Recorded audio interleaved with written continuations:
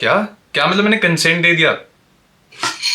ये तो ओट्स हैं। जोक्स असाइड, पूरे कंट्रोवर्सी को समराइज करते हैं। प्रणीत मोरे के शो पे एक बंदा आता है जो एक लड़की को 370 की बिरयानी खिलाता है एक डेट पे, एंड फिर बिना कंसेंट के उसके साथ इंटीमेट होना चाहता है पैसा वसूलने के लिए। एवरीवन इज टॉकिंग अबाउट कि 370 रुपए से कंसेंट नहीं मिल जाता। ये तो ऑब्वियस चीज है। फीमेल क्रिएटर्स ये बोल रही है कि 370 से ज्यादा तो हमारा मेकअप का प्रोडक्ट आ जाता है। Okay good fine, but point ये नहीं है। The concern is much more deeper than that. Firstly, ये एक लौता बंदा तो नहीं होगा इस माइंडसेट के साथ, ऐसे बहुत सारे और लोग होंगे, क्योंकि क्लियरली उस ऑडियंस में सबको ये चीज कितनी ज्यादा फनी लग रही थी, इंक्लूडिंग दिस गाय। बट कोई इस चीज के बारे में बात नहीं कर रहा कि on what metrics are we quantifying consent. ठीक है, जो लोग हुकअप्स करते हैं मैं उनके बारे में कुछ नहीं कह रहा, until and unless consent is involve. पर क्या अब इंटीमेसी ही गोल बन चुका है, लाइक रिलेशनशिप का, डेट पे जाने का? क्या अब हम एक दूसरे को जानने के लिए डेट पे नहीं जा रहे?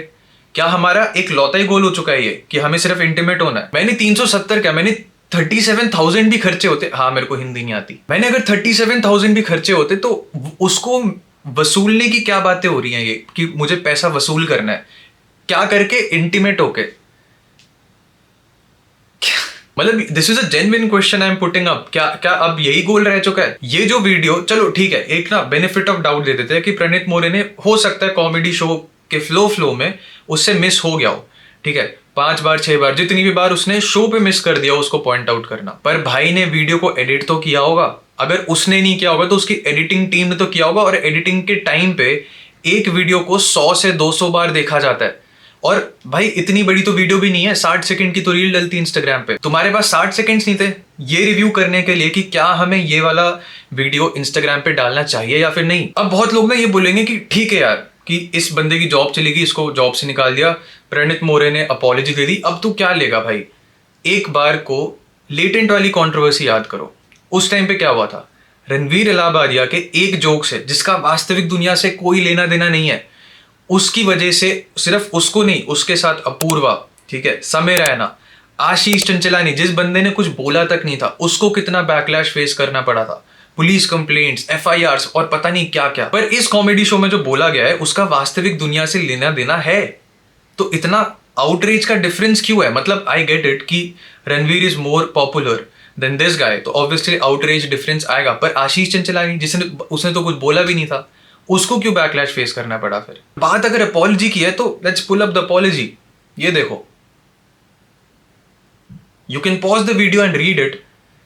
He mentioned that it was his lack of judgment and he shouldn't have laughed and just moved on. पर प्रणीत भाई, जहां तक मुझे याद है, आप सिर्फ हंसे तो नहीं थे, आपने कॉन्वर्सेशन में पूरा पार्ट लिया था। पीक गुड़गांव कंटेंट, खा गई मेरे पैसे, ये आप ही ने कहा था शायद। आपके इस कॉन्वर्सेशन में एडिशन के बाद ही this guy exposed his mentality himself, क्योंकि चीजें यहां पे नहीं रुकती, ये और आगे जाती हैं। इसके बाद ही graphically explained Praneet that how he made out with that girl and कहां उसने हाथ रखा, क्या क्या करा, वो सब बता रहे, ठीक है, और अपने दोस्त पे करके बता रहे जो उसके साइड में बैठा हुआ था। I mean, किसी ने ऑडियंस में उसको रोका नहीं। प्रणीत भाई, आपने तो तब भी नहीं रोका। एडिटिंग तो चलो छोड़ो, वो तो बहुत बाद की बात है, आप तब तो रोक सकते थे, आपने तब भी नहीं रोका। अगर हर चीज कोई कंटेंट बनाना ट्रेंड हो गया बिना एथिक्स, मॉरल्स और वैल्यूज को ध्यान में रख के, तो ठीक है, फिर कंटेंट क्रिएशन का मतलब ही खत्म हो गया, कोई कुछ भी बनाने लग जाते हैं। फिर उसके बाद चीज यहां भी नहीं रुकती। अभी एक और क्लिप वायरल हो रही है इस लड़की की, जो एक मेडिकल प्रोफेशनल है, आई थिंक कोई सर्जन होगी, जिसने एक डिसीज्ड पर्सन के प्राइवेट पार्ट को डिस्कस करा अपने लोगों के साथ, ठीक है, जो भी उनके कलीग्स है, जो भी कोवर्कर्स है, उनके साथ। अब देखो, मैंने मेडिकल की पढ़ाई तो करी नहीं है, पर लॉ की जरूर करी है, और इंडियन लॉ के हिसाब से ह्यूमन डिग्निटी मरने के बाद खत्म नहीं होता, और इंडियन लॉ प्रोहिबिट करता है किसी भी मेडिकल प्रोफेशनल को कि वो किसी भी डिसीज पर्सन के प्राइवेट पार्ट्स को डिस्कस नहीं कर सकता अनटिल एंड अनलेस वो एजुकेशनल पर्पस के लिए यूज हो रहा हो। और बहुत इन्फ्लुएंसर्स आके इसमें जेंडर वॉर का एंगल डाल दे रहे हैं। अरे अब कहाँ गई लड़कियां, अब कहाँ है फेमिनिस्ट, अब कोई क्यों कुछ नहीं बोल रहा, कुशा कपीला कहाँ पे? मेरे भाई, तुम जेंडर वॉर का एंगल क्यों ला रहे हो? जेंडर का एंगल तो है ही नहीं इसमें। अगर तुम हर एक चीज में जेंडर का एंगल डाल दोगे तो फिर जस्टिस तो वैसे भी नहीं मिलना। इन दोनों को एज एन इंडिविजुअल ट्रीट करो। इस बंदे ने जो बोला, ये एक इंडिविजुअल है, इसके साथ कोई बंदा नहीं खड़ा। इस लड़की ने जो बोला, ये भी एक इंडिविजुअल है, इस लड़की के साथ भी कोई लड़की नहीं खड़ी हुई है। तो फिर ये दोनों एज एन इंडिविजुअल गलत है। और ये सच नहीं है कि कोई लड़की इसके बारे में नहीं बोल रही है। अब देखो, टेक्निकली मेडिकल काउंसिल्स को इसके अगेंस्ट एक्शन तो लेना चाहिए। जहां तक इंडियन लॉ का सवाल है, जितना मतलब मैंने पढ़ा है, मेरे हिसाब से मेडिकल काउंसिल्स को एक्शन लेना चाहिए इसके अगेंस्ट भी, क्योंकि इस बंदे के अगेंस्ट भी एक्शन लिया गया है, ठीक है। इसके कंपनी ने इसको निकाल दिया, कोई लीगल एक्शन नहीं लिया गया इस पे ऑब्वियसली। अब तीनों का अकाउंट ही डीएक्टिवेट हो चुका है, तीनों अकाउंट डीएक्टिवेट करके बैठे हुए हैं। मेरे को इन दोनों का तो नहीं पता, पर प्रणीत भाई की मुझे बहुत टेंशन हो रही है। क्या हो गया प्रणीत भाई, ठीक हो ना आप?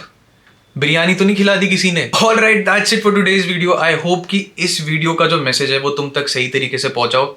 एंड तुम कमेंट सेक्शन में जरूर बताना कि तुम क्या सोचते हो इस पूरे चीज के बारे में, because one thing that I will never understand is the difference in outreach that is happening, ठीक है। क्योंकि लेटेंट कंट्रोवर्सी में भी डिग्निटी, ठीक है, इंडियन कल्चर, इस चीज से रिलेटेड काफी सारी बातें हुई थी, ठीक है, और इतना बैकलैश फेस किया था उन लोगों ने। एंड अभी इस वाले केस में इतना आउटरीच नहीं हो रहा है, ठीक है। ऑनेस्टली मुझे इसका रीजन नहीं पता। अगर तुम्हें पता हो तो कमेंट सेक्शन में जरूर बताना।